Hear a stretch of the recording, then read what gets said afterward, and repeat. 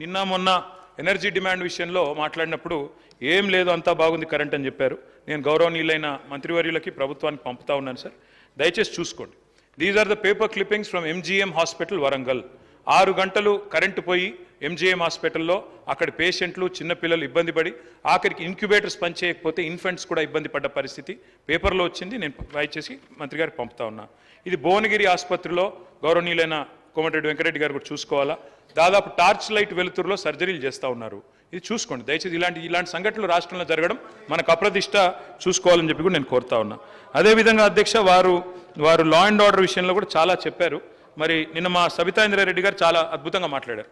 వారు చెప్పారు అధ్యక్ష, ఇది ఈనాడు పేపర్లో వచ్చిన వార్త, ఈ నగరానికి ఏమైంది అంటూ ఈనాడు పత్రికలో రాసిన వార్త, ఆంధ్రజ్యోతి పత్రికలో వచ్చిన వార్త, 30 రోజుల్లో 20 మర్డర్లు. అధ్యక్ష, ఇప్పుడు నేను ఇక్కడికి వస్తుంటే మనం మాట్లాడి లా అండ్ ఆర్డర్ మీద మా సబితా ఇంద్రారెడ్డి గారు 48 గంటలు కాలేదు, రాష్ట్రంలో మరొక 4 అత్యాచారాలు ఎక్కడెక్కడ, వనస్థలిపురం పిఎస్ పరిధిలో ఒక సాఫ్ట్వేర్ ఇంజనీర్ పైన సామూహిక అత్యాచారం, ఓయూ పిఎస్ పరిధిలో ప్రయాణికురాలిపై ఆర్టీసీ బస్సు డ్రైవర్ అఘాయిత్యం, నల్లగొండ జిల్లా శాలిగౌరారంలో దివ్యాంగ మహిళ మీద అత్యాచారం. ఇవన్నీ జరగకూడదు అధ్యక్ష, దురదృష్టకరం.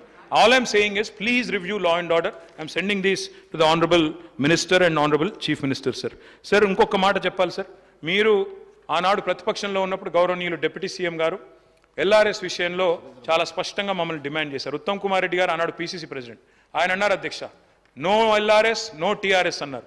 ఎల్ఆర్ఎస్ కాంగ్రెస్ అధికారంలోకి రాగానే ఉచితంగా చేస్తామని చెప్పి డిప్యూటీ సీఎం గారు చెప్పారు. గౌరవ ముఖ్యమంత్రి గారు స్పందించాలి దీని మీద.